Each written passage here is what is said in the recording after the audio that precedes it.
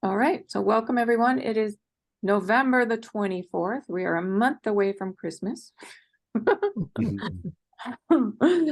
at 2023, and we're going to go deeper into the universal law of attachment and detachment with the Buddha. So let's jump in here. Okay, here's our title page. There we go. There's the Buddha. He looks like he's meditating. And there's Saint Bernadette. She taught us prudence. And SK is in the background watching over everything. And Albert will review a little bit about the sixth dimension as well. What's the person in the what's this one? Buddha, Saint Bernadette in the middle, Albert Einstein down the bottom left, and this is Sanat Kumara. Oh, Divine Mother, okay. Oh, the Divine Mother up here in the corner. Yeah, Mother Mary. Yeah, she's watching over us as well. She and Saint Bernadette are very, very connected. So Saint Bernadette asked us that whenever we drink water to bless it and call in the mother, anything to do with water, call in Bernadette and the mother together. Because Bernadette is the one that discovered the healing water. And we're what we are doing is healing like the waters within ourself. And water is connected to peace and just really bringing everything back to the self, really being compassionate with the self. So whenever we're drinking water, it's a good idea to call in the mother to bless the water. And the way Bernadette mentioned was to ask for all the water that we drink to be healing water. That's a nice way into coming into the middle of our being. So there's the prudence, but this is the Halion chakra, the different colors, the blue, the pink, the mauve, the turquoise, the violet, shot through with mint green. Yes, Steve? Am I correct in thinking that the Halion color is like a gas flame? You know how a gas, is that correct? Yeah, so that's connected to Porlana C. Porlana C are these colors. Yes. Great. Thank you. And Porlana C is from the galactics, and it's spinning around the planet, and it's our mastery. So it's really remembering to be in the state of forgiveness of everything, like the Divine Mother. She forgives everything. And basically we're remembering that. It's the Divine Feminine rising. Yeah, peace. Peace inside the self creates peace outside. So, but first the work is within. And that's why there's so many of us here doing this, because we're doing it actually on behalf of the collective a lot of the times, because not so many people are interested in going this deep, that you understand we need to create the peace within, remember it really deeply in order for it to be created on the planet. Then part of it is remembering to ground your root cord into Gaia, because Gaia herself is very peaceful, and the grounding piece actually helps bring us into our physical form and be more present. Now, I know, Steve, you were talking about that today. Emergence, part of that is grounding and being not like, often if our lifetime has been a bit, we've experienced trauma, we're actually not even in the physical form. We want to be very present in the physical form. And part of it is connecting to Gaia, dropping that root cord, giving it to her, blessing her. If we've got any of the old systems running, to ask her for help to transmute them. She's a mighty transmuter. So, and then that brings us really into our presence in the physical form. So grounding is a big piece. That's why I have this person here with the root cord going down to Gaia, and then knowing of your connection to source. So we're always connected. And this sixth dimension that Albert explained to us, it's the release of the need to know the future, just to let it unfold. And you know, the letting go of all control, basically. And just being in the now as the observer, not taking sides. Okay, but he goes into that. So we'll jump in. And I just thought we should just invoke the universal law of attachment and detachment, so that you can just silently do that with yourself right now, so that you these understandings come through and anchor in. Because sometimes when we're learning this, we're learning so much, it's hard to remember. So when you actually invoke it, it helps with the remembrance of it. So it's just saying, it's just connected to this chakra that's right below the heart, the Halion, the sixth dimension, and to prudence. And you can say, I am prudence, and that really helps create that refined balance of knowing when to step into situations and when to stand back. It's the same with the law of attachment and detachment. When the Buddha says, stand back and observe. Sit with him under the Bodhi tree.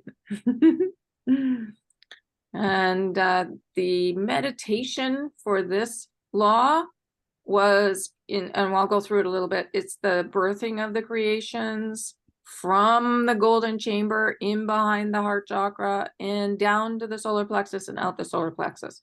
So that's attachment and detachment. So you're attaching to the creation, the information gathering about what you'd like to create, and then we always want to detach from it, so that we're not holding it so tight, is what they said.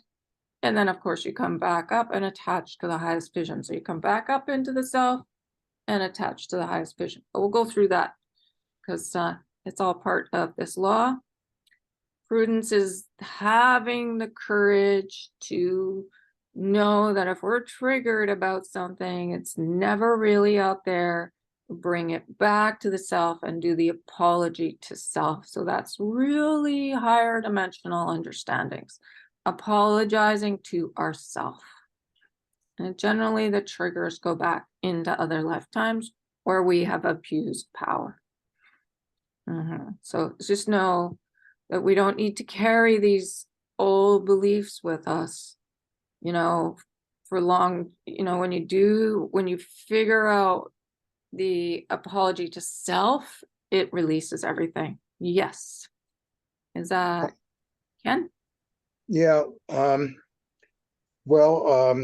of my Alice pointed me in the direction of saying Ho'oponopono today. So so I've been doing that. Good. That's a beauty. I'm so sorry. Please forgive me. I love you. Thank you. Yes, it's a beautiful one. Because it's actually working with the tri-flame too. If you look at the tri-flame, it's the blue of I'm so sorry, please forgive me, and the pink is I love you, and the golden is thank you. Yeah, it's a very ancient Hawaiian mantra. And this is the Buddha's list in the meditation where he talked about creation, and he talked about ascension, perfect relationship, financial abundance, perfect health, a happy family, fully embodying mission and purpose. So it's just nice to see that list of creations there. And we can always say, I am in front of them to help bring them in. And just know the more connected we are to Gaia and understanding that connection to source, it helps with everything because we become more present in the physical form for these creations to come forth. Okay, so this is just a little bit of review about this meditation that was connected to this law. So it talks about going to still point.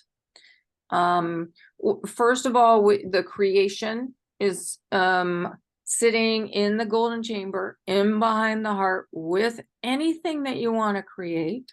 So, and going back to this, if it's a relationship or abundance or health or family or, you know, fully embodying mission and purpose, which is all connected to our ascension.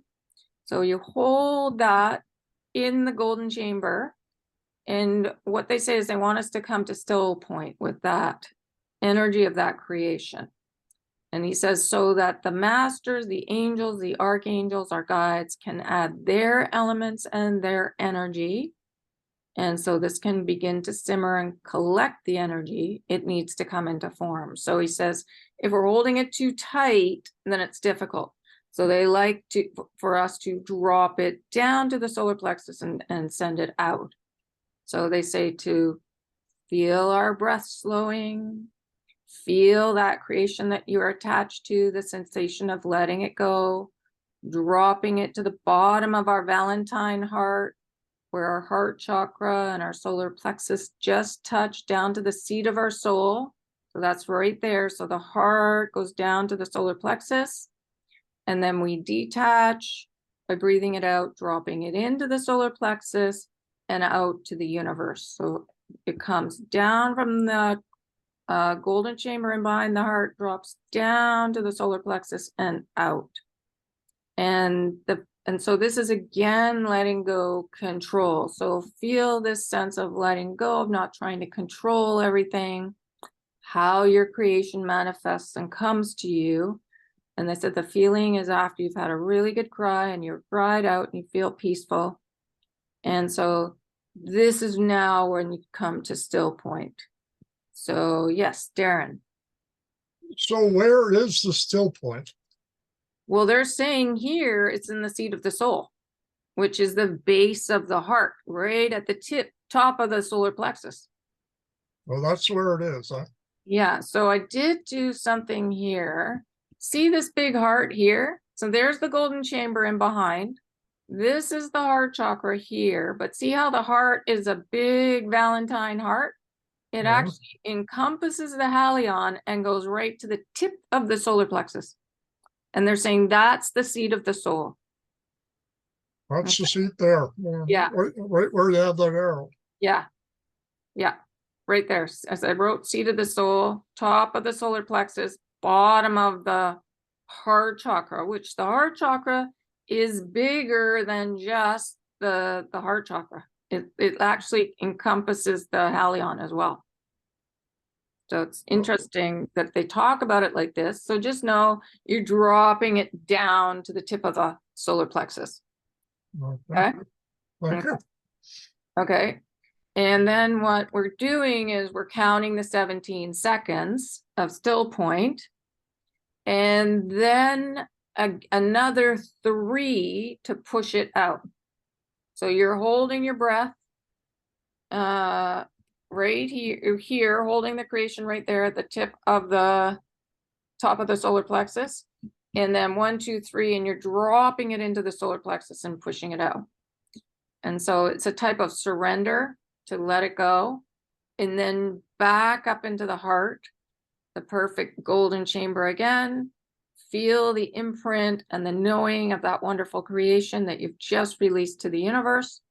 And from a place of surrender, attached to it in ways that you are saying are for the highest good, not only of you, but of everyone concerned, of Gaia and humanity, and let it be. So what you've done is you've attached to information gathering about what you want to create, and then you've dropped it down and detached from it. And then you came back and you went back up into the golden chamber and attached to everything being for the highest good. So it's the highest vision. Okay. And he goes more into attachment, detachment, and attachment a bit farther along in the information. Yes, Darren. Yeah, I guess I missed this extra count of 3 here before to push it out. But I don't remember seeing that before. Yeah, it's always been there. So it's the 17 seconds and then 3. Okay. Yeah. Okay, and then he says, not tucking it away again, but allowing it. So from your worthiness, now with all creations, up's going to come the old belief systems. So this is where the prudence comes in, allowing it, and being able to apologize to self for the old belief systems that come up. And in that is our ability to bless everything. So the Buddha says there is a time for action and there is a time for stillness. And most of us have the greatest difficulty with the stillness, like really knowing our self-worth, which is the ability to stand back and not take sides. And this is why he asks us to sit with him as the observer in detachment under the Bodhi tree, so that we are blessing everything. We're not judging anything. But that's the one we struggle with the most. And the interesting thing is, like, see how there's the green of the heart chakra, and then in behind they talk about this golden chamber? Well, it's Archangel Raphael that says there's no difference between healing and creation. So it's the same with the heart chakra and the golden chamber in behind. There's the healing, and there's where we sat still and gathered the creative energies and information together. So and Rafi says there's no difference between creation and healing, because every healing is a creation and every creation is a healing. So just wanted to remind us of that. Yeah. So it's just this is from the law of give and receive. And SK's got there's allowance right there, and gratitude and forgiveness. All these laws are interconnected with us really understanding apology to self. And then just that's the allowance piece. And then the acceptance is understanding our self-worth. So, and in that we can sit still and just watch everything, and we're not dealing with any control issues from inside. So this is the sixth dimension. And this is Albert saying, when we say chaos, we speak of it in terms of creative chaos, because in every chaotic situation, even cancer or war or societal breakdown, there's an opportunity for growth. Well, what's the growth but allowance and deeper forgiveness and apology to self? So, and the biggest opportunity for growth of the sixth dimension is the understanding that we are not in control.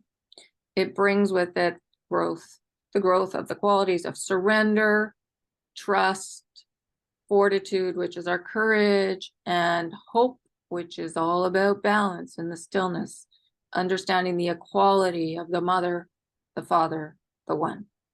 And when we're in that place, we're not taking sides. And it's just the ability to acknowledge that seemingly random chaos has a divine patterning. So often we need to go through the chaos to get to the other side.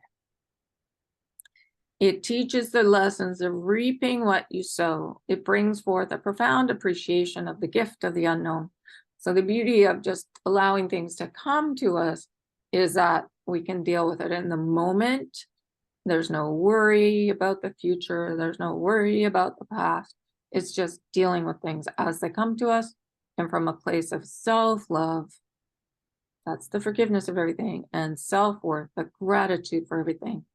It's easier to make better decisions. Okay. Oh, yes, Darren. Yeah, often that gift of the unknown is much greater than we could think of in our minds anyway. So it's usually wise to wait for that gift. Yeah, not try to figure it out. Yeah. Just sit still and allow. Yep, I agree. Okay, so the Buddha says we simply sit, and in our energy we bless each being that passes by. So he's talking about sitting under the Bodhi tree with him. And he says, what do I mean by this? I mean that you bless each person, not simply with compassion, but with the love of your heart. You do not attach to either your vision or theirs. This is a very important understanding for humanity that has an infamous tendency to get caught up in the drama of both their own lives and certainly of others as well. Yes, Darren. So what would you say is the difference between compassion and the love of your heart? Well, they're very similar, but compassion is that non-judgment and the ability to be the observer. And love is everything. The love of your heart is everything. But so compassion has specific qualities to it. But, you know, once, I mean, it was a Dalai Lama that said if everybody understood compassion, the world would work. So if everybody understood the love of their heart, the world would work. So I don't know. But to me, compassion is more being able to stand back and not judge. Does that make sense? Yeah, I'll ponder that. Yeah. Okay. Okay, and then the Buddha went on, he said, if your universe is nothing more than a series of mirrors, if you are not attaching to the love of your fellow humans and hybrids, and then releasing it, so this is us doing that clearing for the collective too, so that they collectively and individually can become, if you are not holding that vision as observer, then who is holding it for you? There is not one being on Gaia, regardless of what miracles or acts of charity or commissions of atrocities and brutality. There is not one being that does not hold the desire to be created into the fullness. So we're here to hold that highest vision for everyone, no matter how they're acting. Yeah, Ken. Well, the thing that popped into my head was inviting the Divine Mother for help. Yeah, she says that's a really good idea. And there is no judgment in the higher realms. So she forgives everything, and we're here to be like her. So when you invite the mother into your being, you are literally becoming like her. You're forgiving yourself. You're forgiving everyone, any being here that you witness doing horrendous things or great things. I mean, it's obvious it's easier to, love the ones that are doing actions more in alignment. But as the Buddha says, who is holding it for you? Who is holding the highest vision for you if we're not holding it for them? So we're here to hold everyone in that highest vision. And then it starts being more and more and more reflected back to us. It's a good idea to remember this work with our own family, to get to peace within the family and holding that inequality. That helps a lot too. So it's that crossover energy in the body. So one side of the mind is more masculine, more logical, this is the joy side. And then the feminine side is more the blue, the peace side, but we carry both energies in the physical body. Yes, Darren. Do you remember anybody talking about why the energies cross over up the throat area? Well, the throat is the place of forgiveness of everything. That's the law of karmic dispensation. So it makes perfect sense. And it's blue. And it's all about the divine feminine rising, us remembering that the mother forgives everything. So it makes sense that it crosses over there. And the interesting thing is Twitter is now called X. And the way he's done his X, this is like the feminine, and it's like this filled with light, this part. And that's the feminine rising. So that's us being in that purity where we're loving everyone, even those who we consider our opponents, even those who are abusing power. We're here to love them so that the reflection comes back to us of love. But if we're sending out judgment, guess what's going to come back? More judgment to us, so that it's difficult for us to maintain our balance inside. But if you're sending love to the everyone, that's what's going to come back. So the reflection becomes of love. So yeah, and then it was Bernadette that talks about temperance. So that we carry no addiction to pain inside of ourselves. So again, just bring it back to apology to self. And if there's repair work to be done, then of course it's a good time to do it.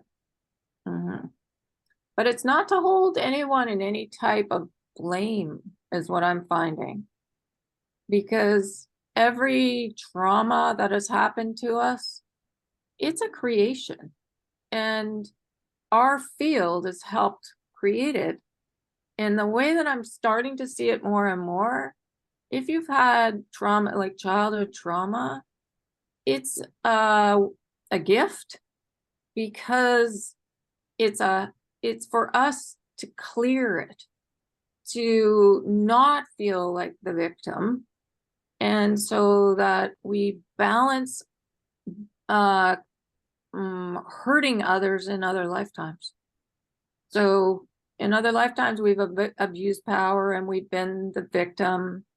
This lifetime, if we've experienced trauma, it's an incredible opportunity to do the deeper clearing, so there's no blame of anyone, because it's been a co-creation. Yes, Darren. Yeah, so what would you say the repair work is? To fill yourself with love and light? Apologize to yourself. Okay, as well, huh? Absolutely. Apology. I think apologies, that's the main one that Bernadette talks about. I'll see if it's here.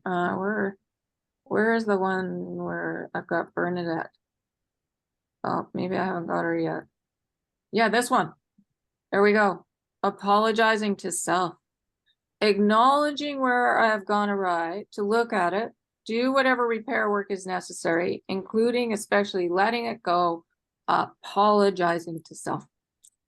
And then to the universe too, to whomever I've harmed, and then to proceed. So that's huge, apologizing to self. Okay, yep. Because we don't usually do that. We can apologize to others, but how many times do you bring it back to yourself? And just remember, it's been a co-creation. Any trauma that we've experienced is a co-creation. Yeah, Ken. Can you substitute I forgive for that? Forgiveness of self. Yes. Yes. Yes. Yeah. So just Okay. know, like, if you've suffered at the hands of an older brother, older sibling, or a parent, that is a co-creation. It could be connected to other lifetimes. It could be that your higher self wanted you to experience that, so you could clear out abusive power in other lifetimes. So it's just getting to the place of no blame. Yep. Okay. Let's see where we're going. Where are we? There's that. There's this. Okay. There's that. Okay. And then this was so brilliant from the Arcturians. Tell the universe and show the universe what you want to see reflected back to you from your fellow humans. So you can actually say, I want to see, I don't know, I want to see love reflected back to me. Like, be very specific what you want to see reflected back. And you have so much more to give others when you first feel whole and complete in yourself. So this is the perfect relationship with self that the Buddha was talking about. A creation. Create that perfect relationship with yourself, in balance with your masculine and your feminine, in love with your parents, with your siblings. So there's no blame happening. And the Arcturian says this is something we would love to see being taught in your public school systems. Sadly, it is not even spoken about. Most of you have to wait until you're adults to realize what has been missing from your lives for decades. We are here to give you permission to give yourselves everything that you want and need from your fellow humans and let everyone off the hook for now. So he's saying, be the observer. Ask for what you want and be the observer. And just trust that they will start to reflect to you that self-love that you will dedicate yourselves to from this point forward in your lives. So from still point, create self-love. Just know that's who we are. But if you need to create it, and create it, and self-worth, and then from there, and then ask for it from the collective. It's so fun to do too. Yes, Darren. So could you say that the more energy you put into telling and showing the universe, the more energy will come back to you? Yeah. Like, I mean, you know how we send love for 30 minutes on Mondays? So we're sending love out to the collective. And the benefit of that is it comes back. It's like a giant infinity. So it's sign, and the infinity sign is always on the move. It's like woo, woo, woo, woo. So the more love you send out, the more love's going to come back to you. But if we're sending out judgment of something, that's what's going to come back. And it's really hard to maintain love in the physical form if we're sending out judgment. Yes, whoever's next. Yeah, so you want to send out love, I gather, with as much enthusiasm as you can. Yeah, that's a good idea. Joy. Yeah, right. Peace, love, and joy. Yes, Ken. Well, the infinity symbol only has one side. So that whatever you send out, you get back. Yeah, whatever we're sending out. And the weird thing about these belief systems, when we're talking to ourselves and we're not comfortable with the self, or we're not happy with the self, guess what? That goes out. So it doesn't just stay contained in the mind. It actually goes out into the field. So this is how we have to be really cognizant of what the belief systems are that we're carrying. Because some of them are subconscious, some of them are unconscious. So it's becoming very, very aware of what we're saying to ourselves.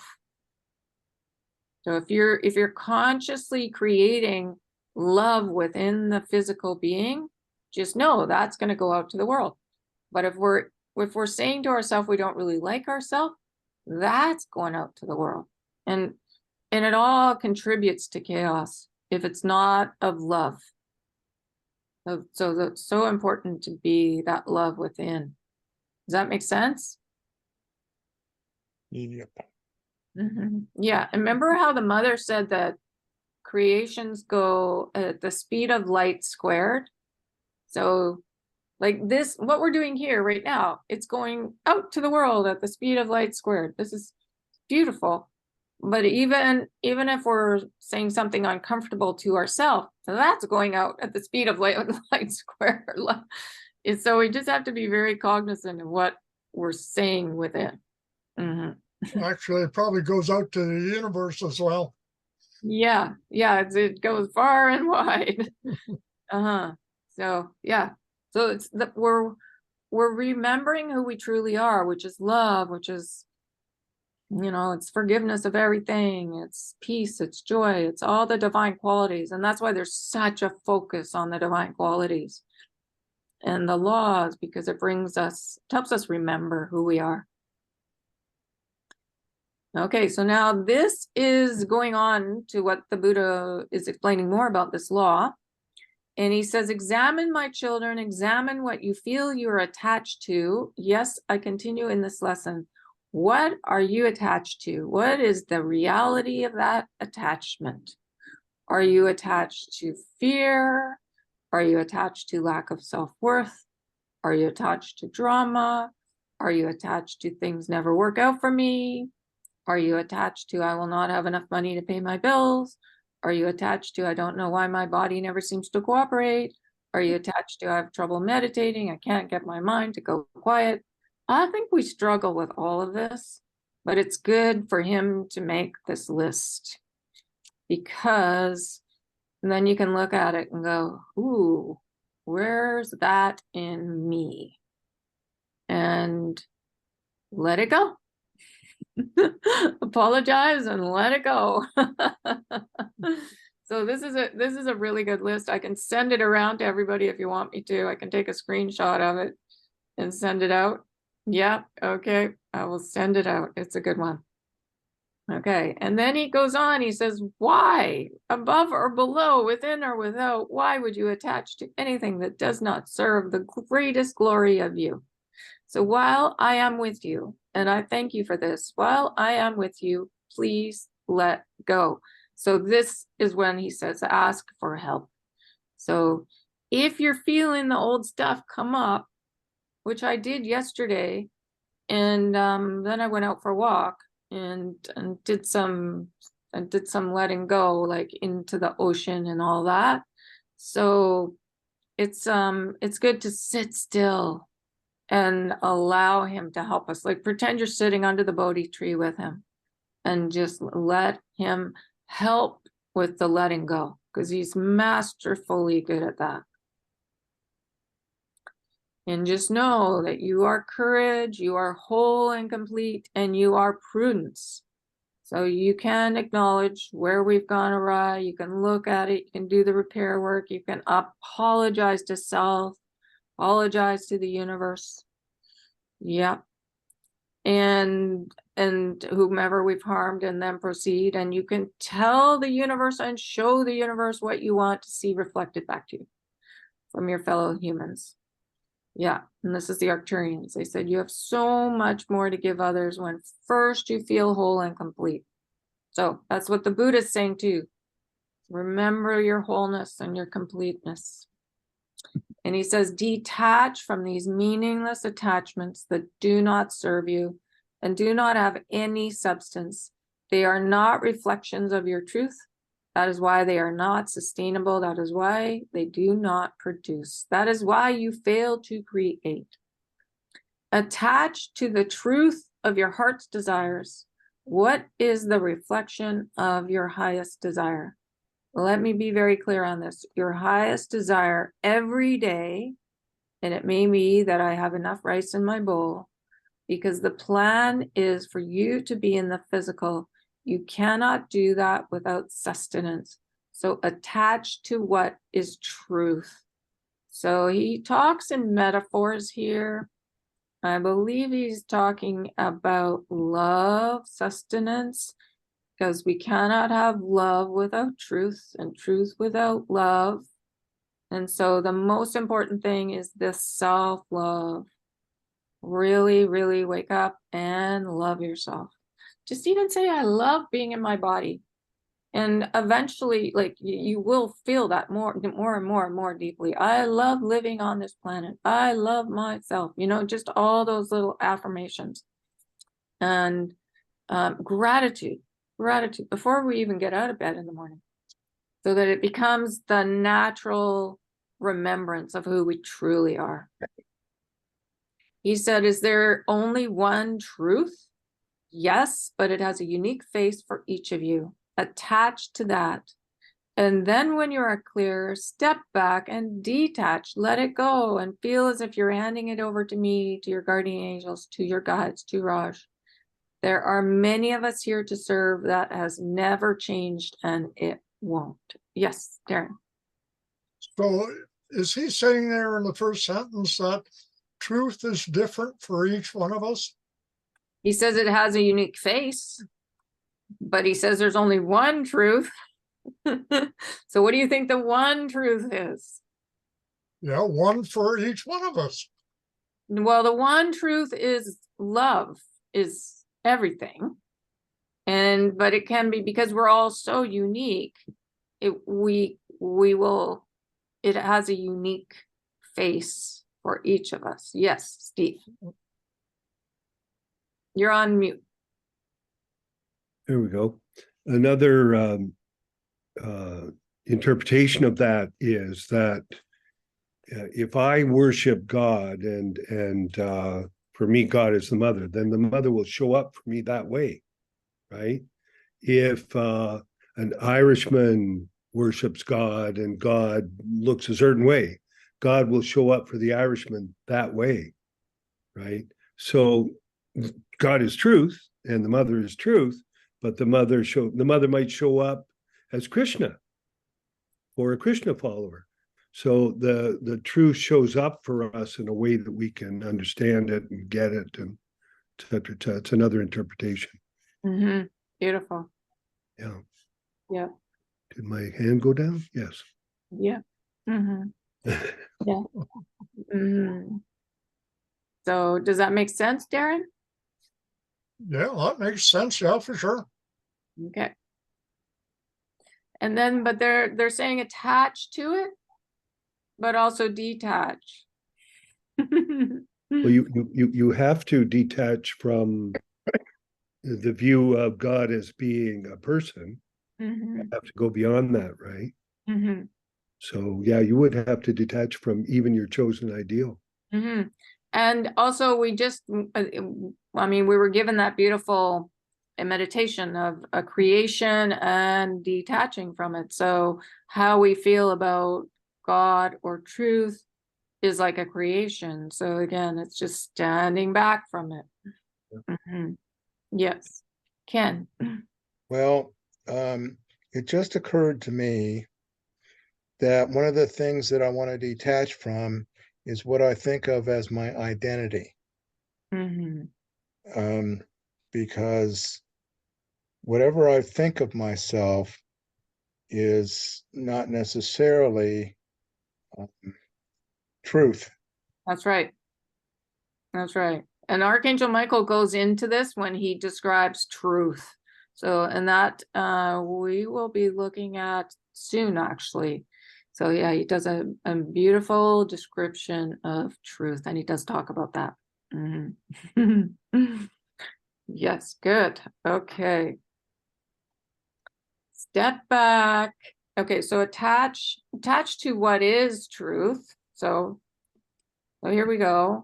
There's only one truth, as a unique attached to that. So attaching to the truth, and then step back and detach, let it go.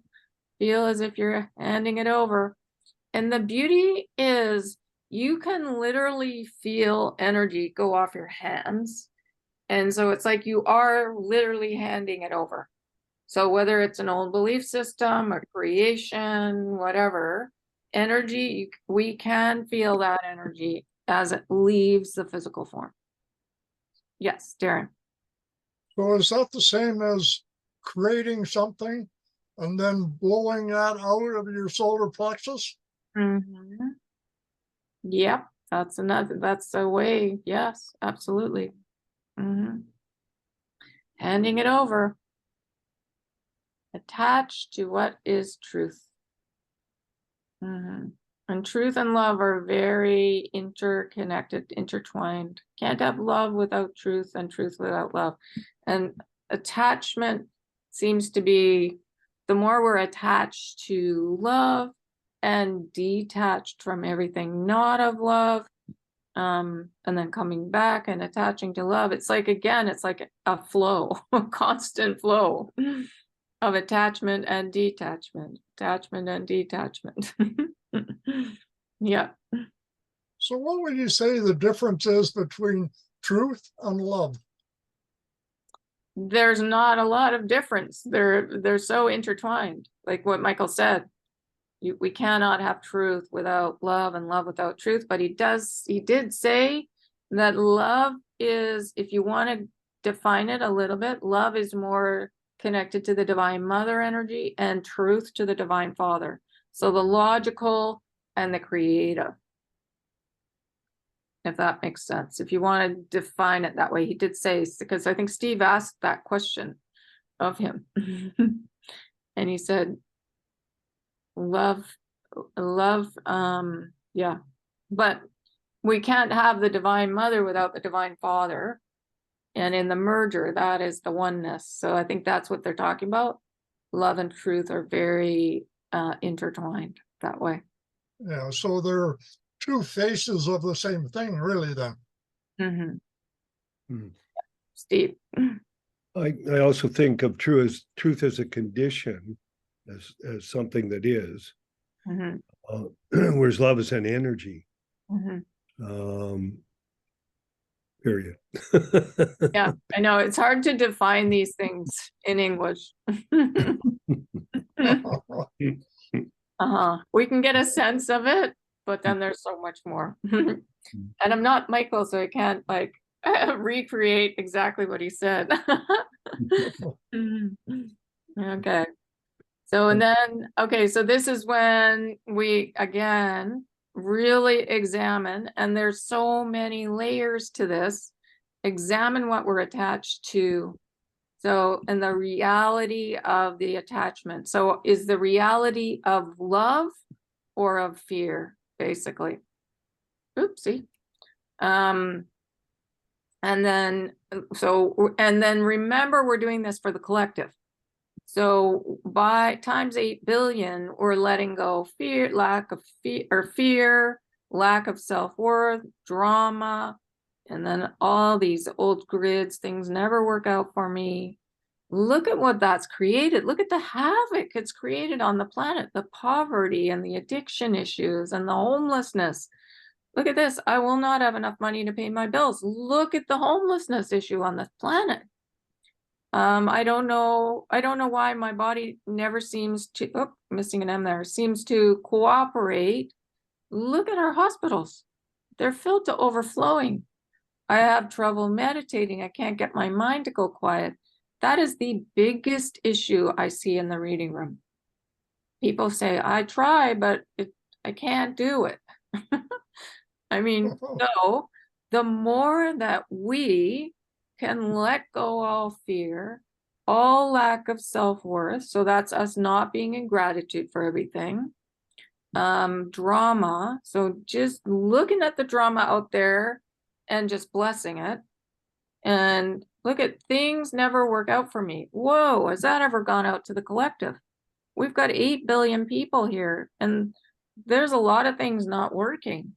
So the more we let go these old belief systems, then we're going to see the reflection of the change. But it starts with us. Yes, Ken. I was thinking that maybe we could change the never to always. The never to always. I always have enough money. My body always cooperates. I always meditate. Yes, that is a good idea. Things always work out for me. Great idea. Yeah. Okay. And Darren. When it comes to meditating, I find that you can't fight with the mind. You can't tell it to be quiet. You just ignore it and go on with the meditation. You don't try to struggle with it. Otherwise, you wind up fighting forever. I think that's why they guide us to sit in the heart and just allow the thoughts to be like fluffy clouds, and they just go. And Right. that's what I guide everybody that comes into the reading room to. If they're wanting to know, understand, I say drop into your heart and fly into that golden chamber in behind the heart and sit there. Yeah. Most people get very excited about that because they had no idea they could listen with their hearts. Yeah, right. Yeah. Nothing to do with the mind. It's heart listening. And I Right. remember when Archangel Michael told me that. I was like, what? We're doing what now? And I think it was in my first reading with him. And then I remember phoning up my mom and saying, we're going to be listening with our hearts now. And she says, what? My heart doesn't listen. I was like, oh, well, guess what? We're going to practice. So I don't know. I don't think my mother practiced, but we certainly have been. Okay. So yeah, so there we go. Step back, detach, let it go, attach to what is truth And what is truth? Our ascension and love.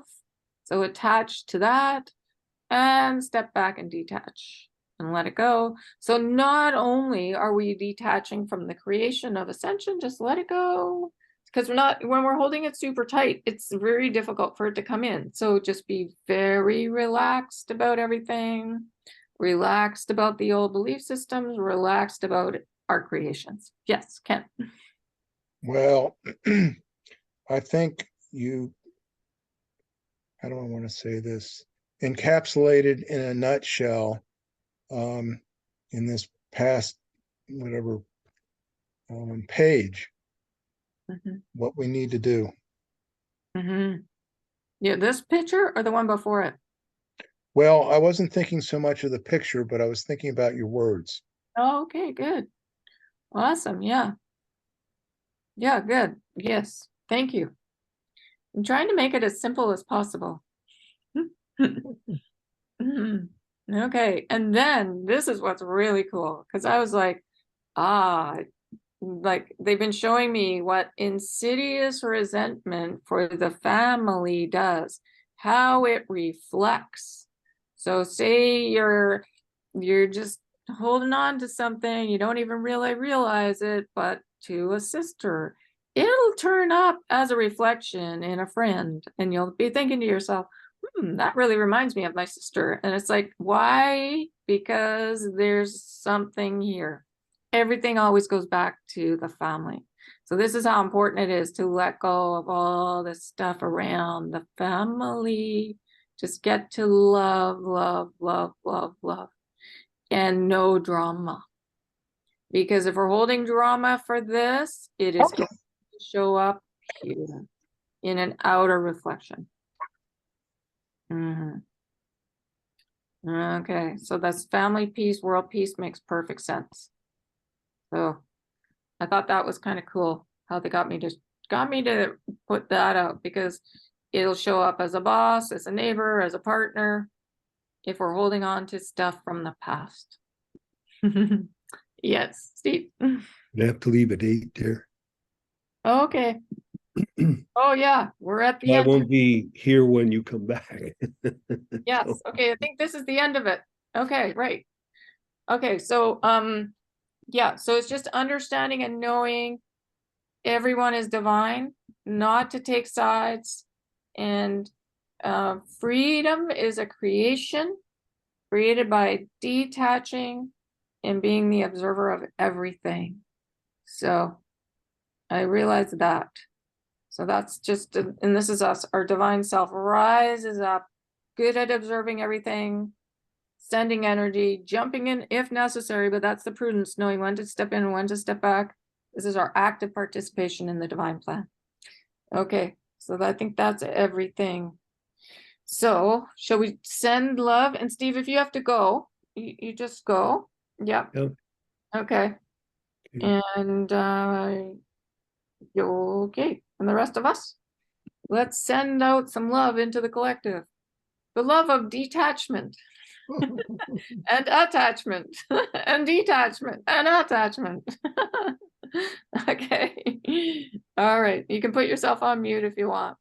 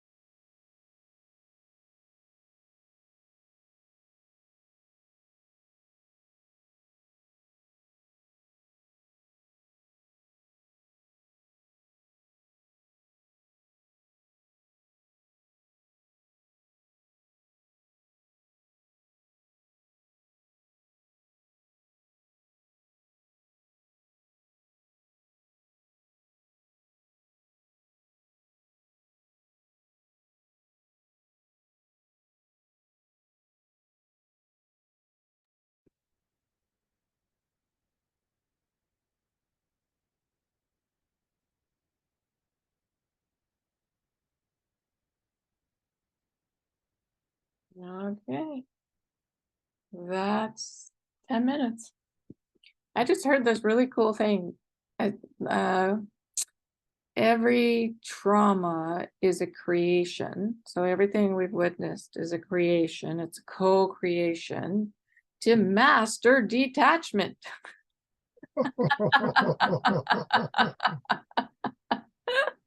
It's like, oh, that's a good one.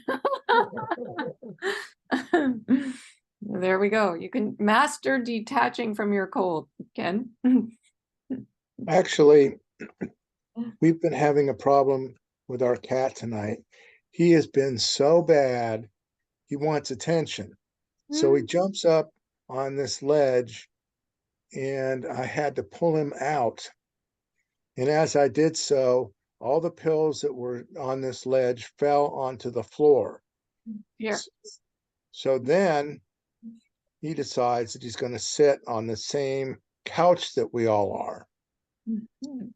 And so we moved over to make room for him, and Lil tried to pet him, and he wouldn't let us.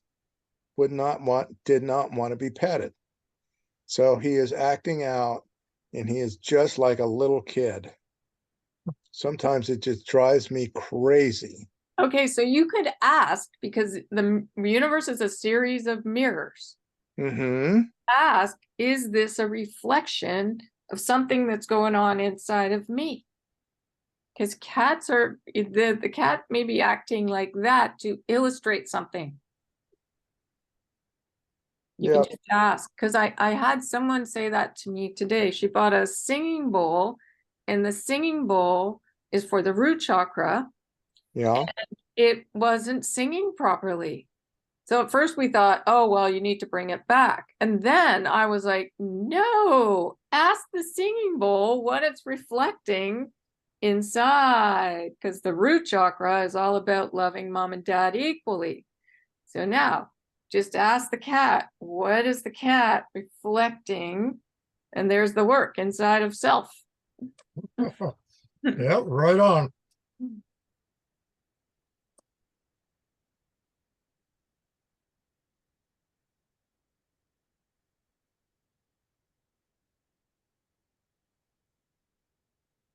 I'd have to say it's neediness and needing attention and not feeling secure.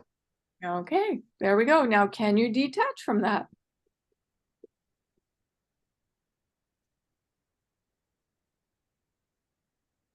I am grateful for the information, and I am grateful just in general. I've been grateful all day. So having this happen is just the reflection of something that needed to come out. But as I'm doing it, I'm also feeling grateful. Yeah, beautiful. That's it right there. You got it. That's the attachment piece. So the detachment sometimes it's just like, whoa, okay, there it is. And I'm grateful. Beautiful. It can be that fast. It doesn't need to take 1,000,000 years. But it's just us being conscious of what these reflections, like, oh, look at that. This is happening in front of me. Okay, what is that reflecting back to me? That is like trying to ride herd on a bucking bronco, is how I think about it. Sometimes you just feel the emotions, and then you have to sit down and figure out why the horse is bucking. Yeah. Yeah. And that's why the Buddha says, come sit with me under the Bodhi tree. Yeah. That's often what's needed. He says we have to struggle with the stillness, sitting still. Yep. Yep. So we keep practicing. He's with us. He's going to stay with us for till next week. So we got lots of time to practice. I just wanted to say I love you guys. Oh, thanks, Ken. Well, love you right back. Yeah. Both of you. Yeah. Yeah. All of you. All of you. That's so nice. Okay. Well, on that note, I will stop the recording. We'll say I love you to everybody out there watching this, and we'll stop this recording for now, but we'll be back on Monday doing our meditation.